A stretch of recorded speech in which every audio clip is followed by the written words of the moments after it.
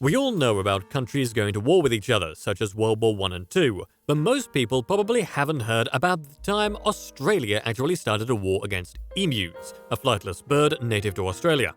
What's even stranger is that they managed to lose this war against an animal. So why and how did this happen? Well, surprisingly enough, it wasn't just for fun. After World War I, around 1915, a lot of veterans who fought in the war were given land by the Australian government, since they couldn't afford to give them pensions to encourage farming in the west of Australia. This sounds great, but the problem was a lot were growing wheat, while wheat prices were falling in 1929 due to the Great Depression, and it got worse when increasing numbers of emus meant that around 20,000 emus were causing trouble on these farms by 1932. Not only did the emus consume and ruin the wheat and other crops grown on the farms, but they also made holes in fences and borders on the farms, which let rabbits get through and cause even more problems. Naturally, the farmers eventually complained about how hard it was to be a farmer with all this going on, and many farmer unions got set up and other activists also joined in until October 1932. The Australian Army planned to intervene after lots of pressure put on them to help out.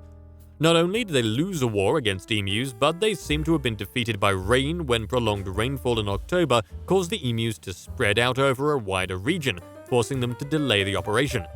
Finally, the rain stopped on the 2nd of November, and it was time to send soldiers out to Perth and other regions with tens of thousands of bullets and machine guns.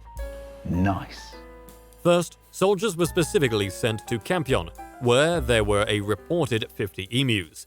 They were relatively far away, and so locals tried to gather them all in one neat herd. But of course, rather than going to plan, the birds took off in smaller groups, making it hard to target them, especially not the original number they were going for.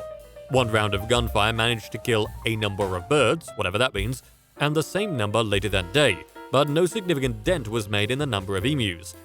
Another event near the start of this incredible war that was arguably even more of a failure was when around 100 emus were rounded up in one area and the soldiers prepared a machine gun that they were sure could eliminate most of them. Instead, after about a measly 12 bullets were fired, the machine gun jammed, and the emus had all the time in the world to escape and carry on with their emu days. To top it all off, no more emus were even spotted for the rest of that day. Over the next few days, the emus had developed their own plan of the war. It seemed that each pack of emus had given itself a leader, a 6-foot-tall alpha emu that stayed on the lookout for the soldiers while the other emus carried on with destroying crops. This made it even harder to kill the birds. Plus, they even tried mounting guns on trucks, but not only could the trucks not really keep up with the 40-mile-per-hour birds, but the ride was always so bumpy that it was virtually impossible to even accurately shoot at them. By the 7th day, the 8th of November, only an estimated 50 to 500 emus had been killed despite thousands of bullets being used. The whole war was called off, but this just caused the farmers to complain once again, and so 4 days later, on the 12th, the Minister of Defense called for the army to carry on with the operation. The first 2 days back saw roughly 40 emus off to emu heaven, and then from about the 16th of November to the 2nd of December, they managed around 100 emus a week, which isn't actually that successful. By the end of it all, on the 10th of December, although there are varying claims, it has been said that exactly 986 emus had been killed by 9,860 bullets, meaning on average it took 10 bullets to kill just one bird. While there were no humans killed by emus, Australia still lost this war due to how much ammo and time was used up to only end up getting rid of 5% of the 20,000 emus. It is likely that this is due to both the emus being able to split up and escape, and also how emus seem to be able to take several bullets and survive.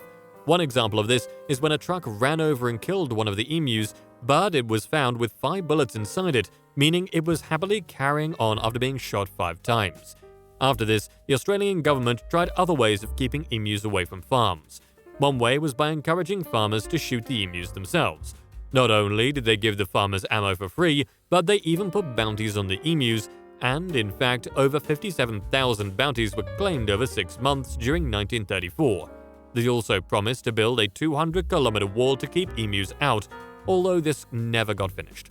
To this day, while emus are now a protected species, farmers can still shoot emus damaging things on their own property, with a valid license, although it is unlikely a second emu war will be declared in Australia.